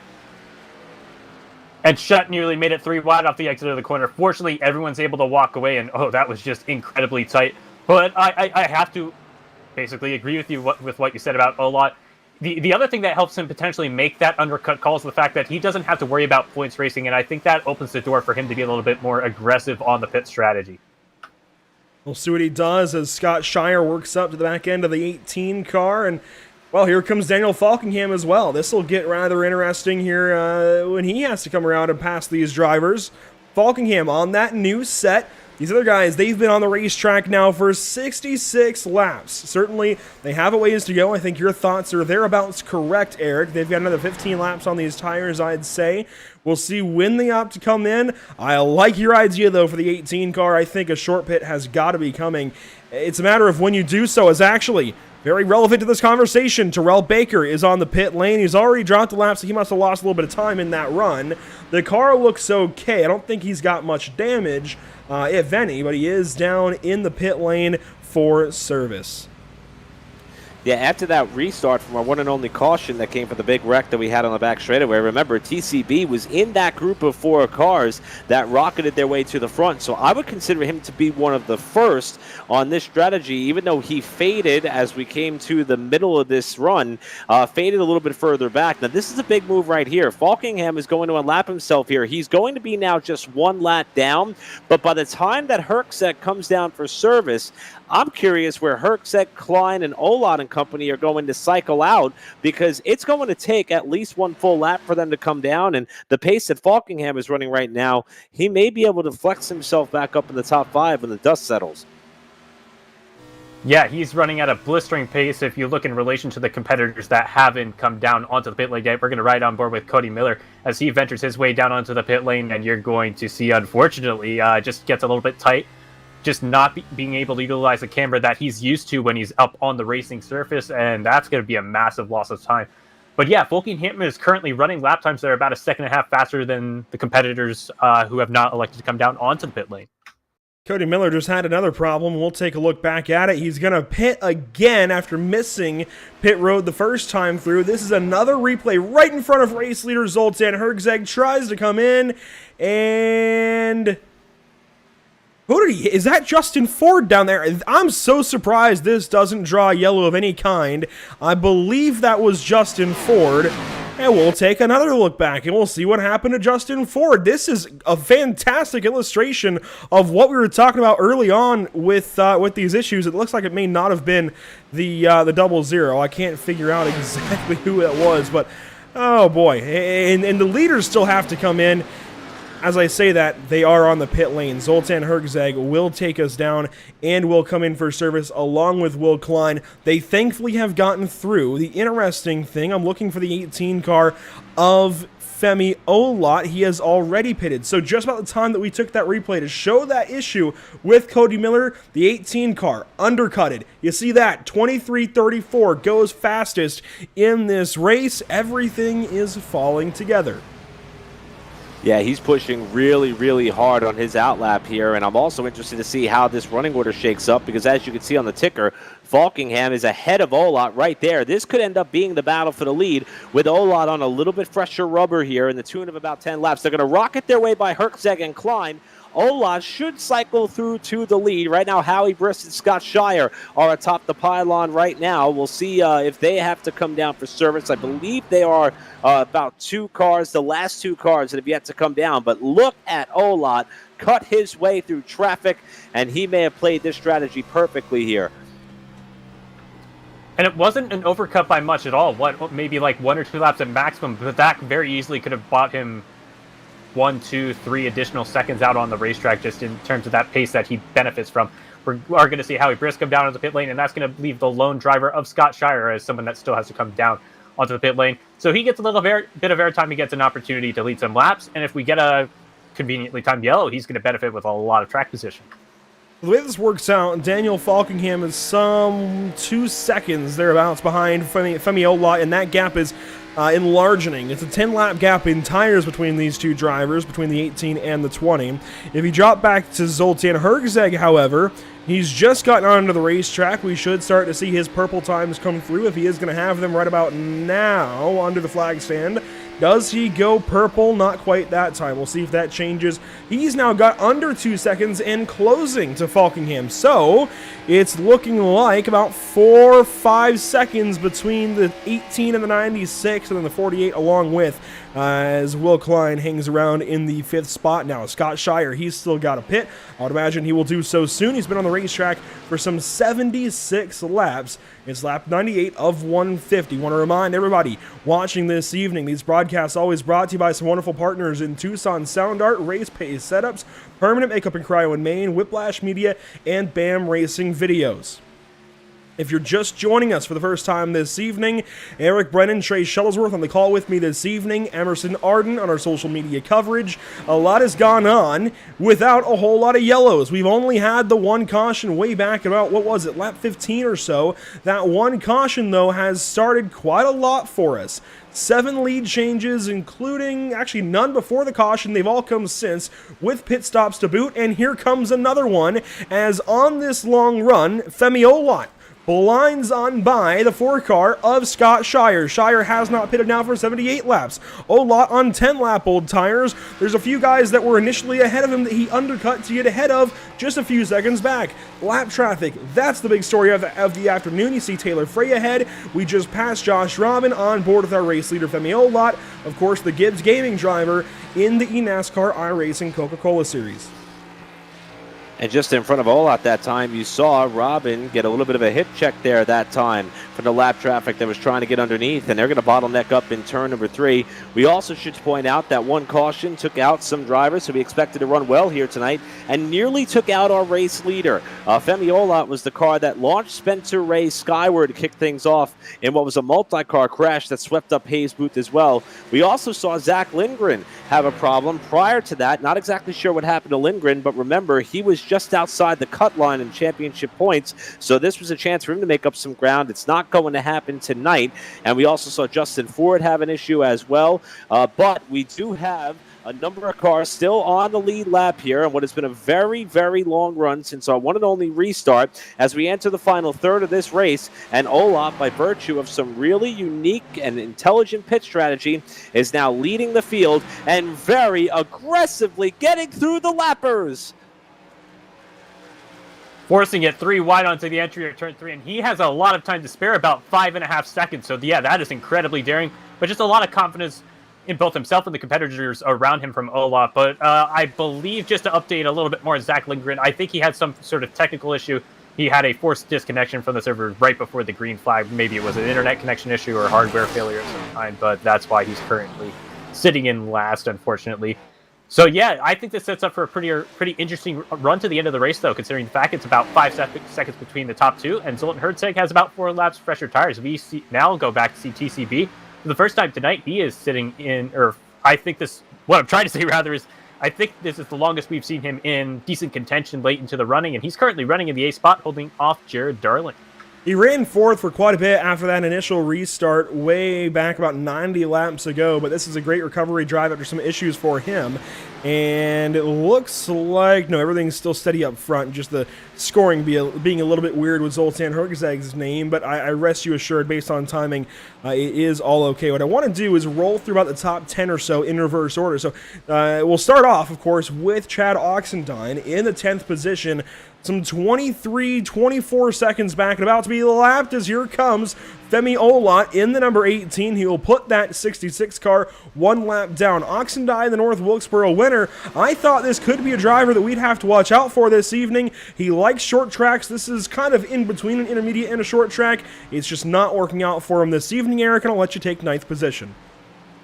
Yeah, as we move up to 9th, how about Jared Darlin? You got to love this little bit of a throwback look to that Gatorade paint scheme. And Darlin is somebody who came out of the gate swinging at Daytona, ran very, very well, nearly snuck out a win, but he's 18th in points. This has to be a good run for him tonight. He's in the top 10, but in danger of falling a lap down if things stay as they are. But he's looking to climb up not only in the running order, but in the championship standings as well as he holds down the 9th spot. You move up a spot ahead, and we were just talking about him a little bit ago. It's Tyrell Baker, TCB, a fan favorite, of course. And it's been such an unfortunate start to the season for him, not even sitting inside the top 20 in the point standings coming into tonight. And I don't believe he has a top 10 up to this point through the first 6 races. So that would be quite the milestone if he's able to do it. And it could be quite the momentum swing as we head into the middle stages of the season. You see Terrell Baker and Jared Darling, they drive on by this guy. John Barry, he was in the 7th spot. Now the 6th spot, he's starting to fall back, it looks like. It was in 7th, and they'll actually pass Scott Shire, who's finally pits. But John Barry, a lot of great runs so far this season. This could be another one. He's had a lot of fantastic speed. And, of course, he's got the most laps ever turned in the NORC iRacing Series. Adding to that this evening, just a quiet night, riding around now in the 5th spot. Starting to fall backwards, though. We'll see how the tires treat him. And how about Brent Picari, all overall points leader in Daniel Falkingham? Brent is somebody who has been quietly getting better as the season rolls on, and that Toyota Supra looks hooked up tonight. He's looking for his second top 5 of the season. He, too, is out of the 12-man chase as things sit right now for the playoffs. He's 18th in points, but if he keeps putting together runs like this, which he's been doing the last few times out, he's going to quietly work his way up there, and he's about to put it on the driver who was a 3-time winner this season in Daniel Falkingham. And you mentioned Daniel Falkingham, an emotional win last week at Road Atlanta, and it marked his 3rd win of the season very impressively. And I think he's doing a very effective job so far tonight, considering the fact that if you look at the rest of the top 5 as Pancari tries to make his way past, he's on about 10-lap older tires. And Falkingham is also, or what I'm trying to say rather is that Falkingham didn't take tires on that initial caution flag around lap 20 or 25 or so. So he did a very effective job of just making the tires last during that very long run. And for the time being, he's going to hang on to that 4th spot, it looks like. You see Scott Shire in your frame. He's moving his way up now on those new tires. But we move up to 3rd place. Will Klein in the Nexus Esports Chevrolet Camaro. Very quiet now. He's starting to lose some time to Zoltan Hergzag, but we liked what we saw from this guy on the long run the last time through. I think it's only a matter of time until this car comes alive. We might see him drive back up to 2nd place and maybe even for the race lead. Keep your eye on this guy. Earlier tonight, Zoltan Hergzag picked up his 3rd pole position of the season. He's been so good on the speedways and intermediate tracks. His first one came at Kansas. His second one came at the road course at Road Atlanta. But his one and only victory this season came at Kentucky. And it seems as though that he is a versatile driver, our reigning NORC champion, now running in the 2nd position. Look, though, he may very well be on his way to his 2nd win of the season. However, the pit strategy by Femi Olot has him now 2.3 seconds back from the leader. But Hergzag is not out of this one yet. He's masterful at getting through lap traffic, and he may be a threat to win as we still got a handful of laps left to go in this race from Dover. And that leaves just one more, and it's one more driver at the top of the leaderboard, Femi Olot. This is his first points attempt of the season here in 2021 with the Xfinity Series car, but he did win the NORC Daytona 500, and he's just had quite the show for the Coca-Cola iRacing Series driver so far tonight. Started outside of the top 10, and he very effectively made his way through the field. And most critically, as Eric detailed a little bit earlier, is the fact that he effectively made his way through that lap 20 caution, going off of the car of Spencer Ray and somehow not suffering any damage. And then he makes the undercut work to his advantage. working on about 4 laps older tires than the driver behind him, Zoltan Herzeg. So might expect Herzeg rather to have a little bit of grip near the back end of the run, but it has been a very effective job for Olot so far through about 117 completed laps. We flash now back to TCB. It's almost lap 120 of 150. We've been green for about 100 laps at this point, and Terrell Baker starting to fall back. He saw earlier on he was in front of this one car of Jared Darling, now falls back in behind him, and John Barry may start to go to work on this 25 car. A lot going on around the racetrack, including the fact that Will Klein, I just mentioned that he would soon come alive. He's doing exactly that. He's starting to work his way back up towards that 96. And this top trio that we've talked about so much this evening is just keeping things together nicely. Everybody's fast, everybody's clean, everybody's consistent. And I love that we've got the comer and goer aspect, especially with just the 48 and the 96. We're yet to see, I think, because of the heavy lap traffic influence, though, exactly how this 18 car will transition over the course of the run. With 31 laps to go that time by the flag stand, Eric, who knows what's going to happen to the 26-time NORC iRacing Series race winner. And now he's, again, has to deal with this heavy lap traffic working by Colby, and will have to work by Chad Oxendine. And Oxendine has been doing a really good job trying to stay on the lead lap. He's been in front of this leader now for what appears to be the last 10 laps or so. You mentioned the North Wilkesboro winner, desperate to try to maintain his position in the top 10 right now. He's running in 9th, but to lose a lap here, and if we were to see Femi Olak get up and around John Barry up ahead, that may put Oxendine out of contention should we catch a caution. But I agree, the rubber band effect is in full swing, because look at the gap now. We've seen Will Klein prove, as you mentioned, that he's got a long run car. We're also seeing Herzeg start to fall up. We praise Femi Olaf because of the undercut and the lead that it gave him after the pit strategy call, but we're starting to see it swing back the other way. It's taken a little while, but it's going to pay off in the long run, and that lead is starting to shrink, not just amongst the top 2, but across the top 3. Yeah, fortunately for Olot, he's going to have a lot of lap traffic, and he'll have to figure out how to effectively maneuver it and work it to his advantage, so that could very easily be a disadvantage for him as the race leader.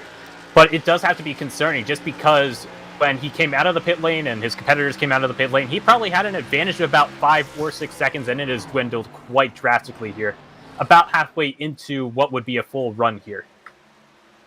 The unfortunate thing for Femi is he's coming up on position battles. The next 3 cars are all battling for the same position on the racetrack.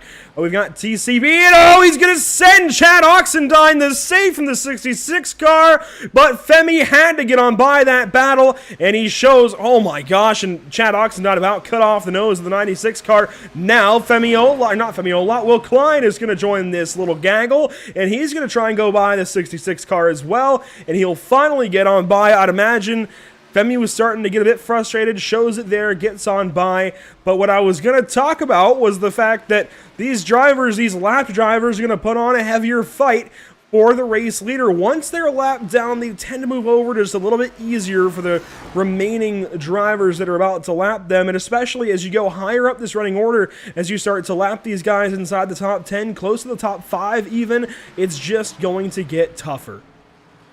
Yeah, right now Olot's going to find himself down to the bottom. TCB gives him room. First off, what a save by Chad Oxendine. Secondly, how lucky for the second time tonight was Olot not to be swept up by that semi-sideways car. Here's Herzeg and Klein continuing to knife their way through the lap traffic inside of John Berry, with Sheldon Lockey coming up on the backside. He may have taken tires late, has that of Lockey. He has not been in the mix pretty much all day long. It's been an unfortunate run for Sheldon, but he looks a little bit faster, at least has similar pace to our second and third place runners. As this fight rages on, boy, that looks like it might have been close between TCB, and I believe that may have been the Daytona winner, and Cody Miller it is. The top 2, or I should say second and third, get by cleanly. And the fortunate thing, and as I say this, I do have to address the fact that we are going to see a lot of ridiculous closing rates for these drivers up front to deal with over the last 20 laps or so. But fortunately for Femi Olot, he's not going to run into any drivers trying to fend for their life to stay on the lead lap, or any battles for position for about 10 seconds, because Daniel Folkingham is the next driver, and he's about 13 seconds behind the race leader. Make it about 10 seconds until he gets to the back of that 20 car. Yeah, a lot of space in this top 5, although they're all within a half a lap or so of one another. Folkingham 13.5 seconds back of Femi, and we could maybe see that gap grow to where maybe Daniel gets close to going a lap down, but I think he should be okay. What's intriguing is this 69 car in the middle of the 96 and the 48.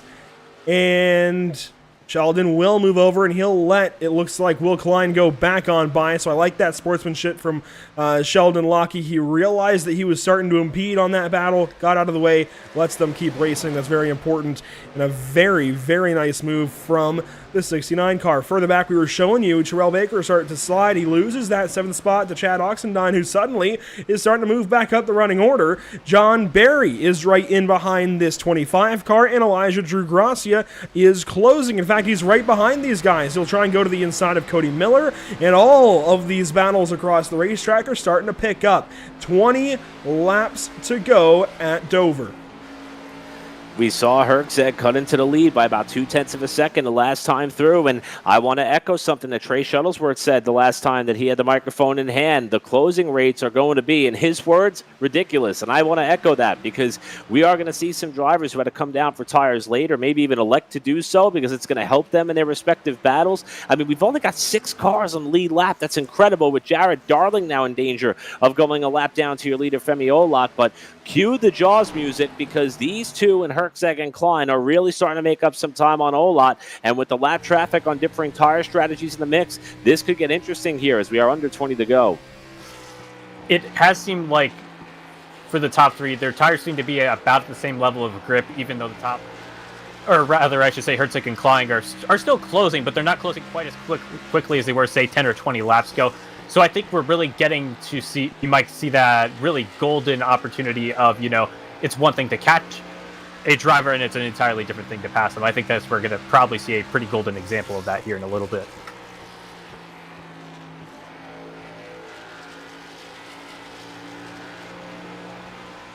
And this gap continues to close. I'm not so sure exactly how this is going to work out for the 18 car, but he's going to have to put on one hell of a fight if he wants to stay ahead of Zoltan Herczeg and Will Klein as they continue to close under a second and continuing to just shrink this gap. It's going to work out. I wish we had the gap indicator, the gap predictor like F1 does as Cheney gives way to the 20, or sorry, he is the 24, gives way to the 96 and 48. You see Spencer Owens in this little group as well. Shuttle Lockie moves in front of Bobby Cheney, but I wish we had that predictor to tell us when this 96 was kind of scheduled, if you will, to catch the 18 car. I would have to imagine that it would be in about the next 10 laps. We should expect, I would think, at least 5 laps of battle to the end. This is shaping up for a fantastic little finish between these guys. Femi, he's got his work cut out for him. Save his tires as best as he can, much like that Max Verstappen this past weekend at Barcelona, while also going as fast as he can. And Zoltan Herczeg, I think, just has to go fast right now and stay ahead of Will Klein. What do you do then if you're Will Klein? We didn't see 3 cars in the battle at Barcelona. It was just the Red Bull and the Mercedes. This adds a new element. This is interesting.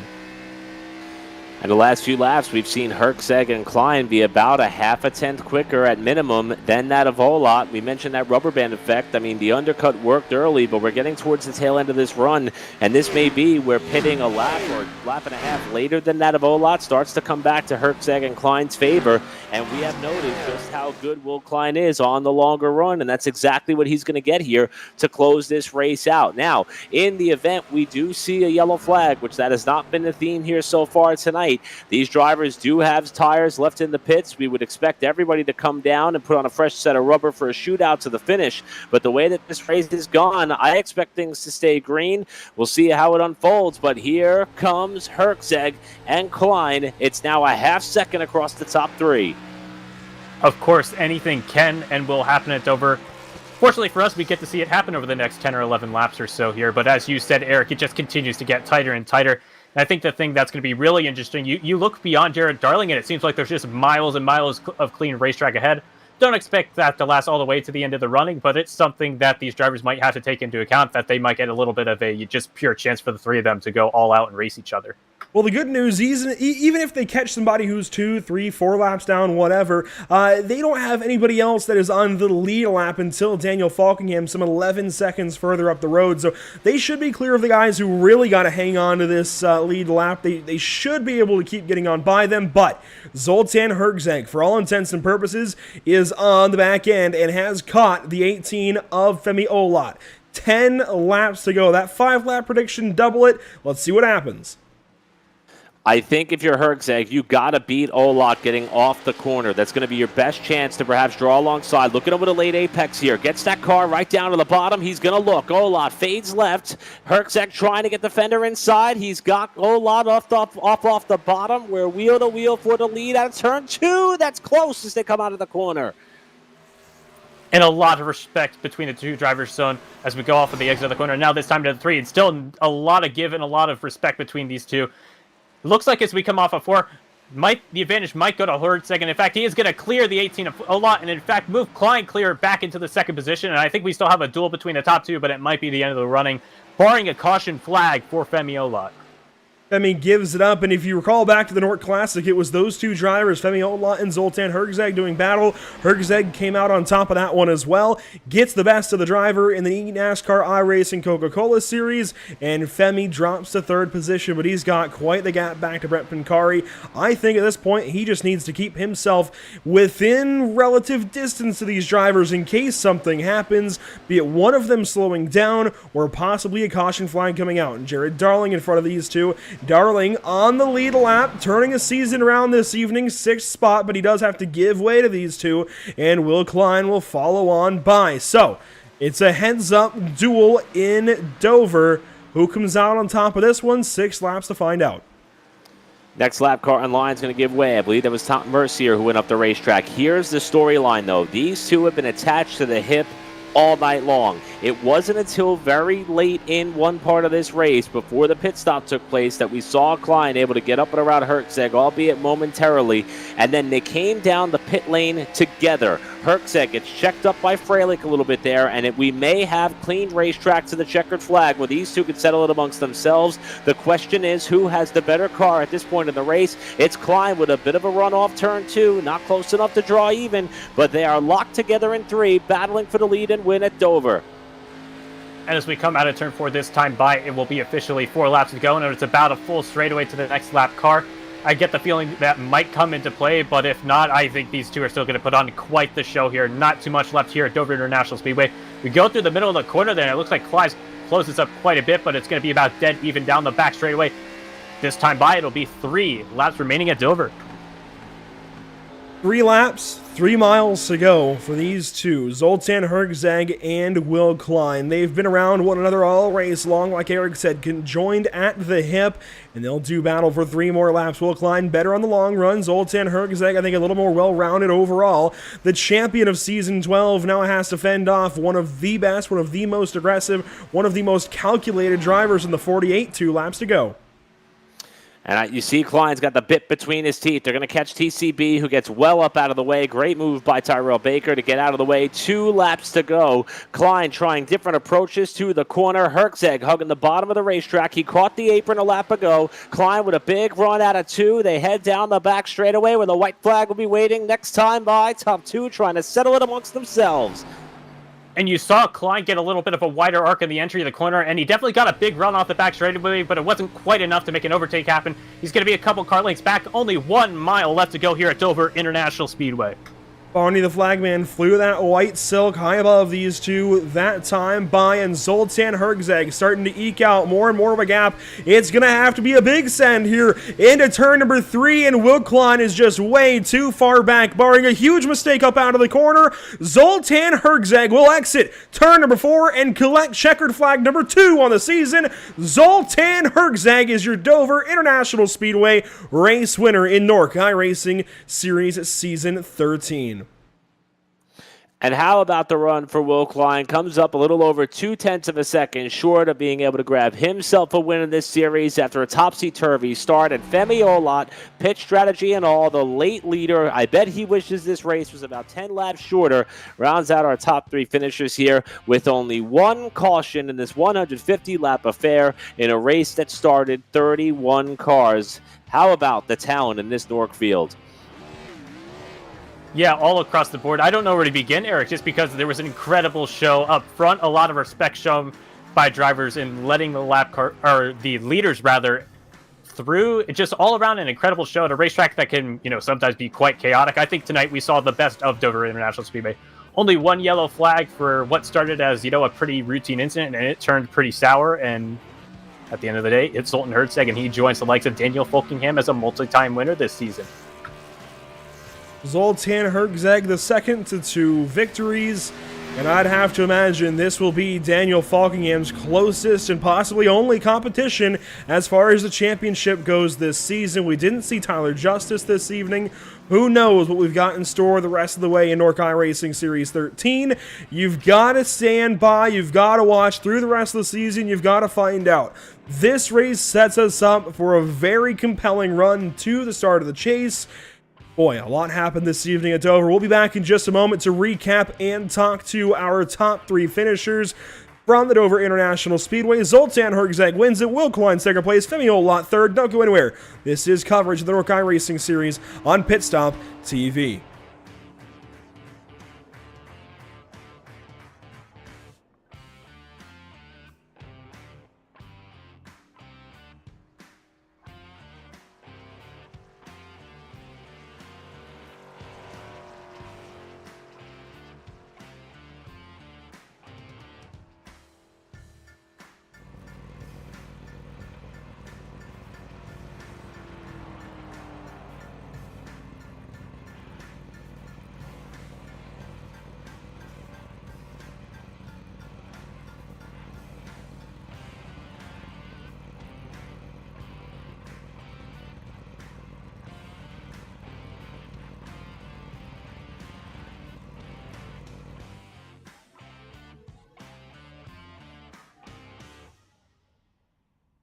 After months of quarantine, we're all interested in how we can become our best self. The team at Permanent Makeup and Cryo is here to help you get the flawless makeup look every day without the extra effort or time.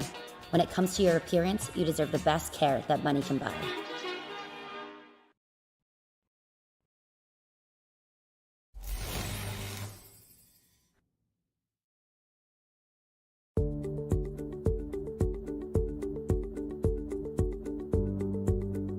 Sound art is a product that is a speaker and it's art. We combine it together and we call it sound art. What makes it so unique that any picture can be your speaker? Sound art gives you the high quality sound without the ugly speaker. This isn't a picture with a speaker, the picture is the speaker. Just imagine your wedding picture uploaded onto a canvas and now it's speaking 10,000 tunes. I mean, it's a very cool concept. What we like so much about it that you can take anything that means something very special to you, upload it on the canvas, have it hanging up in your room, your balcony, wherever you want to put it, and now it's a speaker. I mean, how cool is that? It's something that we have that and no one has. No one has this product. It's just a great gift to give anybody. It's just a neat concept. Around here we say, art never sounded so good.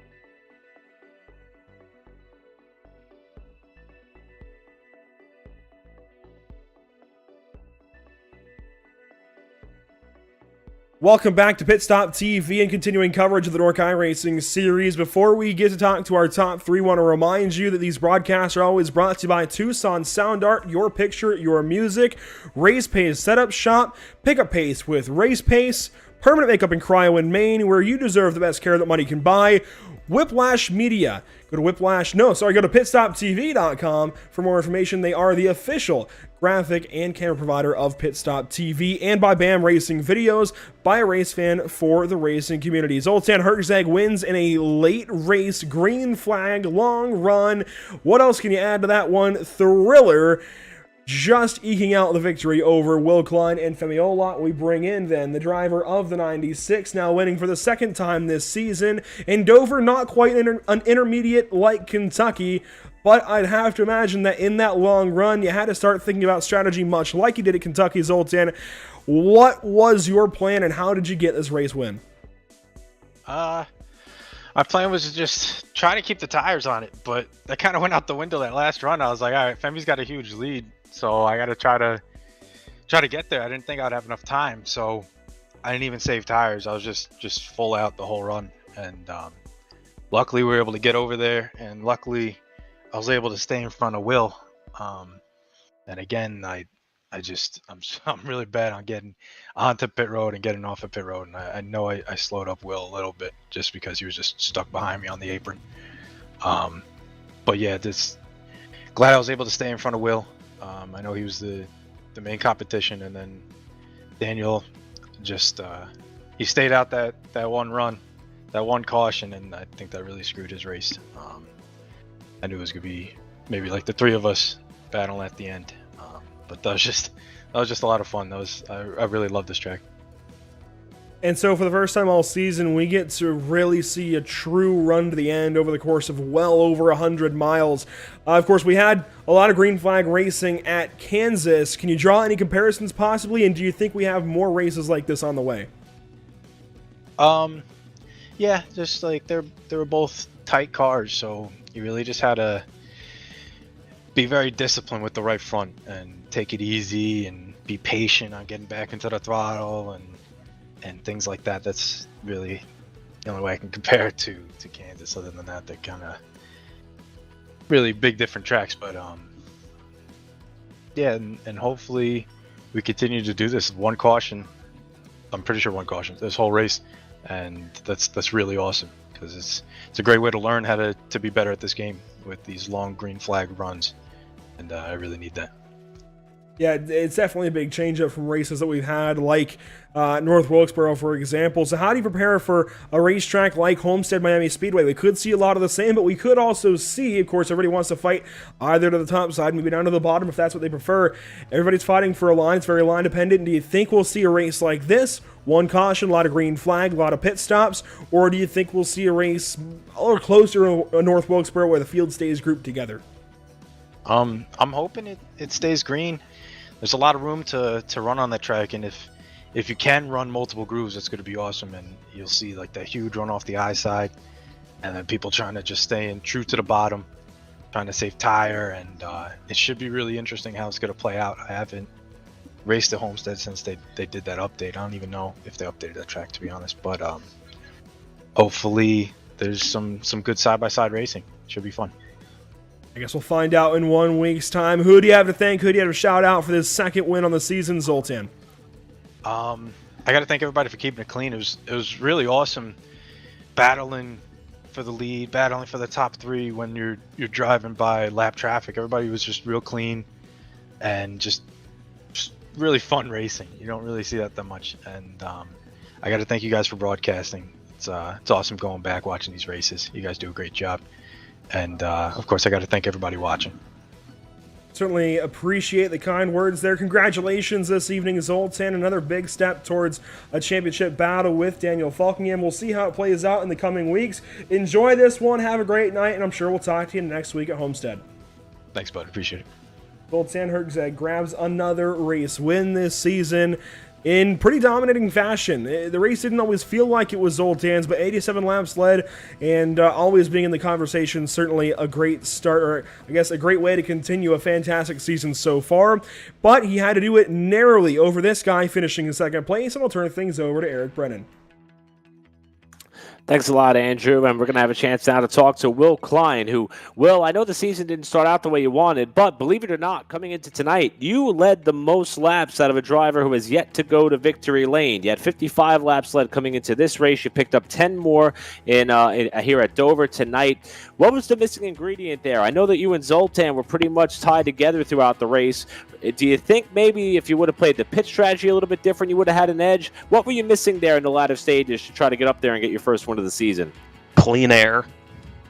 That's about it, man. The dirty air was absolutely horrendous when you were right on somebody. You couldn't do anything. Now, it seemed like you did have a really good long-run car. The more laps that we ran, the more faster that it seemed that car was able to be for you. I saw you switching up the line there late. You mentioned clean air being the one ingredient that you were missing there towards the end. I think maybe if you just had more lap traffic at the end, it would have given you a little bit more of a shot. It looked like you could move that car around a little bit there. I should have. I probably shouldn't have laid off so much to save. I tried saving more tire in response to the dirty air, but maybe I should have tried to have gotten the track position first. But Zoltan was pretty good on old tires. I just I couldn't really do much when I was stuck behind him about a few tenths. So.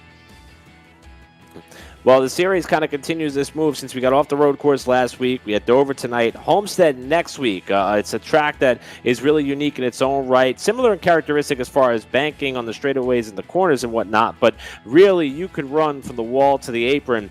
What are your thoughts as we head to Homestead 1 week from tonight? Is that going to be the place where perhaps we can get this monkey off the back and get into victory lane? I hope so, man. I do love me some good mile-and-a-half racetracks. You know, it may be the unpopular opinion, but you know, I reserve my judgment. I love all mile-and-a-halves, and Homestead's another good one. So, I hope so. Well, you picked up your third top five of the season. You continue to climb up the championship standings. Looks like you're catching your stride when it matters most, as we, of course, still have a handful of races left to go before we set the stage for the playoffs towards the end. Who do you have to thank for the second-place finish here tonight, Will? I'd like to thank John for putting on the league, you guys for broadcasting, for everybody watching. All right, well, great job tonight, man. Thanks for making it interesting. You guys were battling for the lead all race long. It really kept us on our toes, and we hope to see more of that at Homestead, and we hope to be talking to you after the race there with a trophy in hand. Will, great job tonight, buddy. Okay, thank you. And again, that is Will Klein, our runner-up this evening after a strong performance here at Dover. As we mentioned, all throughout the race was in contention for the lead and win. Came up just one spot shy, but he is certainly catching a hot streak here at a good time in the season. Now I'm going to turn it over to Trey Shuttlesworth, who has another one of our front-running finishers from tonight's 150 lapper at Dover. Thank you, Eric. And it's going to be a driver that, while he missed out on the top five by just one spot here tonight, it's still going to be a very respectable sixth position for Jared Darling in what has admittedly been a pretty rough start to the season. So, Jared, initially getting out of the car, what did it take to walk away with a top 10 tonight? Yeah, it's like you said, it's nice to finally just get a decent finish. It's been an awful, awful start to my season, but I'm really happy, but at the same time a little disappointed because I did that strategy with Daniel, so we were at a disadvantage really the whole race, and I didn't have a lot of confidence coming into today. I didn't qualify. Just Dover's, I usually is one of my worst ovals, and I don't know, mid-race, it took me a while to figure it out, and I got to shout out Tom Mercier. He kind of gave me a few pointers in the middle of the race, and I figured it out, and I felt pretty good there. I just wish we could have had one more caution, again, even tires with all the leaders, and I think we could have raced something for the top five for sure. But it's really good to, first of all, talk to you guys finally and get a decent finish, and hopefully it's just a sign of things to turn around and can continue this momentum. I mean, you know, 6 isn't where I want to be. I want to win, obviously, but we're getting there, so we'll just keep digging. That's a great point that you make about going on that off-sequence strategy pretty early into the running. How did you have to adjust knowing that you were slightly off pace, and then also had to take into account that, you know, you just couldn't go quite as far in terms of both fuel and tires? Yeah, just had to take it easy and be really careful and just give the people room and realize that there's going to be, the closing rate's going to be massive. And I mean, obviously it was. I just did the best I could to stay out of the guy's way. And like I said, I mean, I just wish we had a chance to be on the same tires as them. I never expected to go green the whole way from lap whatever that was, that first the only caution we had. So sucks didn't work out that way, but I still came back and passed some guys that had a lot fresher tires than me. So felt really good in the long run tonight, and it was very encouraging. I'm really happy with my run tonight. So yeah, we will walk away from Dover and we'll go to a track that shares, a couple of characteristics, but in a lot of ways it's still much, much different from Dover. We'll head to Homestead. What are your expectations going in? And what will your practice regimen look like? Yeah, I mean, Homestead's been a good track for me at times. I would say this car, it has been of a struggle for me compared to either, the truck or the Cup car. But yeah, Homestead's a great track. It's fun. Hopefully we're able to, not just be single file, and there's options there. Sometimes there can be there, and Homestead's a really fun track. I like the 1.5 miles. It's probably my strong suit, besides some short tracks. And so I'm looking forward to Homestead. Hopefully we can continue on and get another, hopefully at least get back up in the top 5 where I feel like I should be. All right, thank you, Jared. I think that's about all I have in terms of questions. Before you head out tonight, anyone you'd like to thank, friends, family, sponsor-wise, for a pretty impressive 6th place run tonight? Yeah, I got to shout out, John Barry for the league. We've been doing this for years. I've been with these guys since, probably 2012. Some of these guys. I mean, it's always fun to be here on every Tuesday night. And you guys for your incredible broadcast. I have to give you guys a lot of credit. I mean, you guys are excellent, and I love going back and watching these races. And I can't wait to go back and watch this one. Shout out to Tom for the points during the race. It really, really helped. And got to shout out my good friend Josh Foster out there watching. I think he's watching right now, so thanks for tuning in. And yeah, we'll see you guys next week. All right, thank you for your time, Jared. Congrats again on the 6th place run, and hope to talk to you more as we get later into the season. All right, have a good night, guys. And that will conclude our interview session. Got to speak to a lot of drivers that are pretty happy and have a lot to walk away with from Dover tonight, I'd have to say. Certainly. I say this so often. It's always good to talk to these drivers, and especially guys that are pretty optimistic about their seasons. And I also like them acknowledging some of the challenges with these race cars, these NASCAR Xfinity Series cars. We talked about it a lot, Eric. Certainly very challenging, and I think sending these drivers for a bit of a loop. Quite literally sometimes. We're used to covering the NASCAR Cup Series vehicles a lot. The Chevrolet Camaro ZL1 1LE, the Ford Mustang, the Toyota Camry, but change things up to these Xfinity Chevrolet Camaros, Ford Mustangs, and Toyota Supras. Everything's different. Of course, they look relatively similar maybe to an outsider, but everything is different. The way they race is different. The way they well, of course, I guess the way they race encompasses a whole lot, but you get the point. Everything's different. I personally, I think I'm in the majority of liking this package a little bit better. I think I like the races these cars produce a little better. These long runs, these fantastic pit cycles, and the fact that we ran over 100 laps continuously green, I think, was a big step in a very, very good direction the rest of the season. We'll take a look at how that affects, though, the race results, and it changes things up quite a lot from what we've seen the last few weeks. Zoltan Herczeg grabbing another race win isn't too surprising, honestly, but Will Klein grabbing 2nd place is pretty encouraging for his season. Femi Olot, in his first start of the season, grabbing a podium as well. Pretty big honors there, grabbing bronze. Brett Pincari, worth noting, he hangs on to the lead lap and to the 4th place position over Daniel Falkingham. Jared Darling, we talked to him. He finishes 6th place. The first car 1 lap down, if you can believe it. Chad Oxendiner covers to 7th. A late race drive there. Elijah Gracia finishes in the 8th position. And Ariati, somebody who has won here at Dover before, but yet to go all the way back to season 6 in 2017 when he won here. He finishes inside the top 10, just in front of John Barry. Now we look at our second page of results here with David Shutt. We saw him go down a lap early with a little bit of damage. Was still able to bounce back for an 11th place finish. I know it's 1 spot shy of a top 10, but still something to be proud of considering how the race started. Same for Howie Briss. He was one of the first cars we saw impact the wall. He caught the caution shortly thereafter, came back for 12th. Scott Shire led a couple laps in this race, was off pit strategy, came home 13th. And Tyrell Baker is somebody who really looked strong after that pit call that was made on the one and only yellow, faded back to 14th. that Tom Mercier had speed all night. Remember, he was swept up in that first crash, still ends up with a top 15 finish. Patrick Colby, quiet night for him, ended up 16th. Aaron Smith, 17th. Daytona winner Cody Miller, 18th. Taylor Frey with a quiet night as well in one of his few starts in the NORC calendar in 2021 thus far, 19th. And Sean Williams, your top 20. We'll look at the final 11 drivers. Sheldon Lockey, he faces fair share of troubles tonight in terms of pit strategy and such. It's going to be a 21st place finish tonight. That'll be Josh Robin, one of those drivers that we saw get a pretty hard hit into the outside wall, I believe, during the middle stages of the race. And then it'll also be Cole Frelick, 23rd place, 3 laps down. Next, we see Spencer Owens, 9 laps down, in the 24th position. Bobby Chaney, 15 laps down. Michael Keithley is going to finish 23 laps down in the 26th position. Making his season debut, it's down Dallas Myhan. He's not even going to complete 50 laps tonight. It'll be 27th place for him. Justin Ford also faced his fair share of troubles tonight. It's going to be 28th place finish for him, 111 laps down.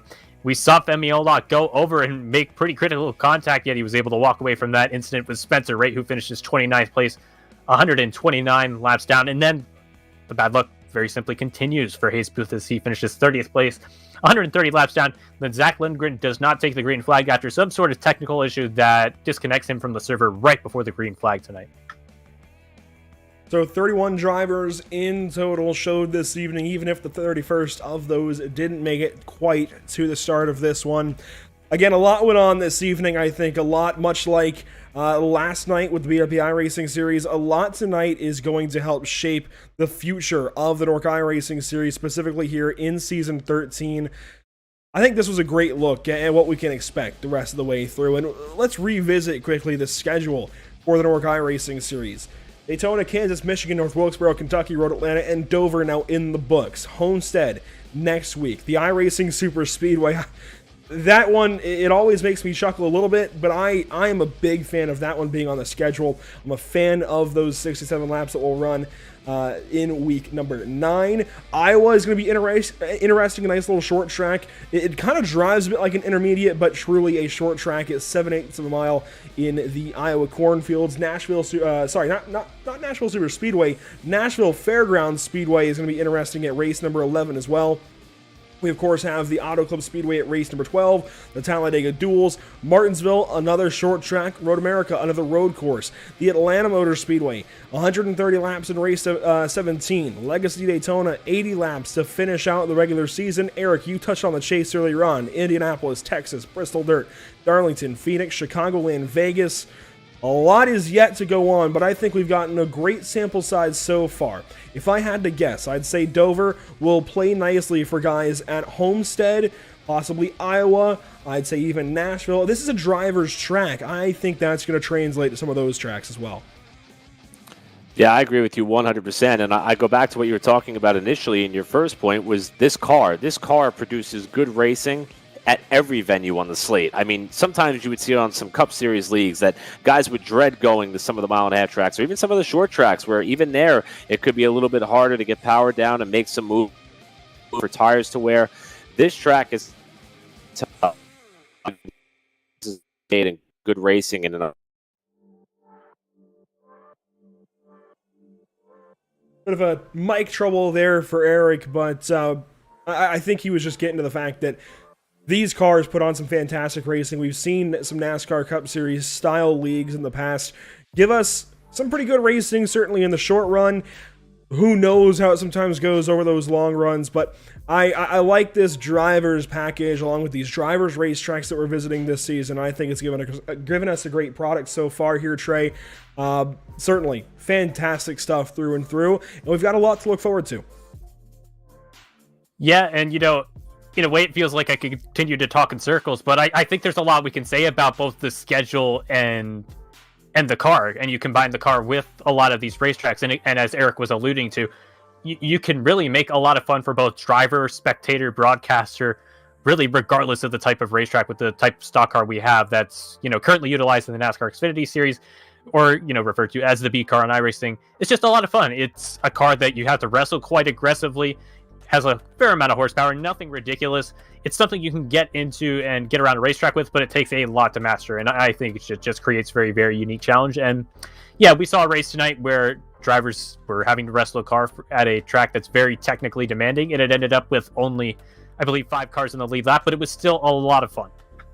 And we've seen races like this in the NASCAR Cup Series as of late. I think you certainly have to go back to the 2018 and prior package, low downforce, high horsepower, where you saw Martin Truex Jr. sometimes scoot away to some pretty incredible leads and put all but the top 4 or 5 one lap down or more. We saw that kind of race this evening, but the action was there through and through, whether it was for the race lead, even if it was for 5th, even if it was for 15th, 25th, it didn't matter. We had fantastic action, great battles, and that's what you've got to look for. That's what you've got to focus on in these kinds of races.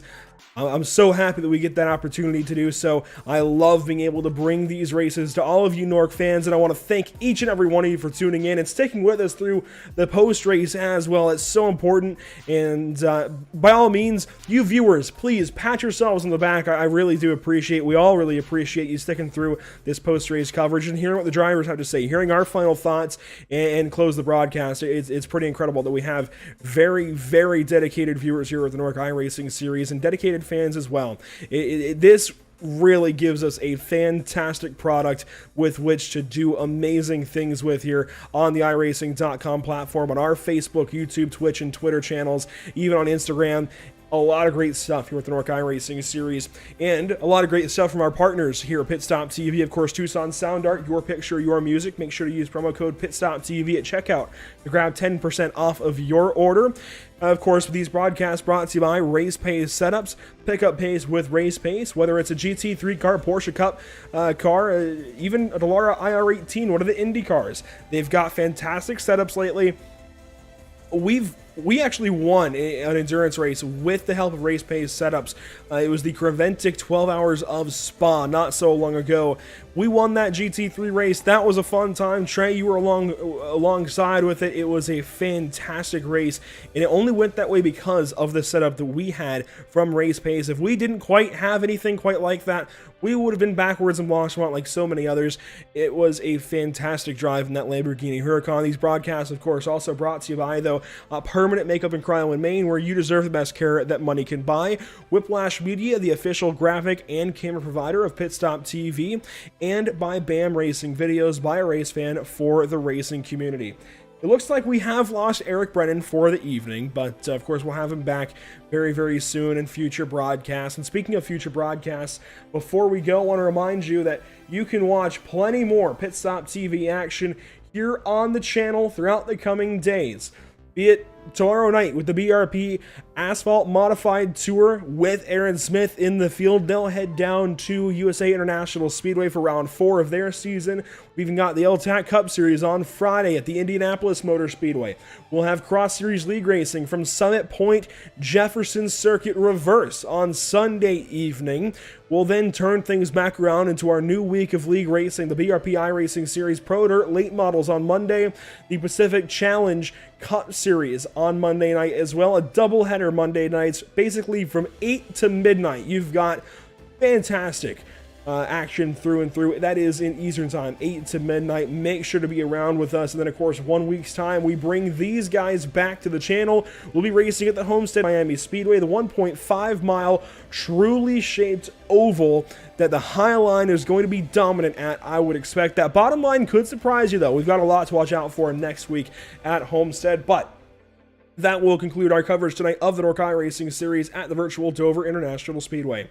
We at Pit Stop TV thank you for tuning in and joining us for tonight's action, and we hope you enjoyed tonight's broadcast. Before we go, make sure to follow us on Facebook at www.facebook.com/pitstoptv, on Instagram at pit_stop_TV, on Twitter at pitstoptv_, on Twitch at www.twitch.tv/pit_stop_TV, and on YouTube at www.youtube.com/c/pitstoptv1. For all of Pit Stop TV, Eric Brennan and Trey Shuttlesworth, alongside myself, Andrew Cardinale the fourth this evening on mic, and Emerson Arden on social media. Thank you so much for tuning in. We will see you next time. Have a great night.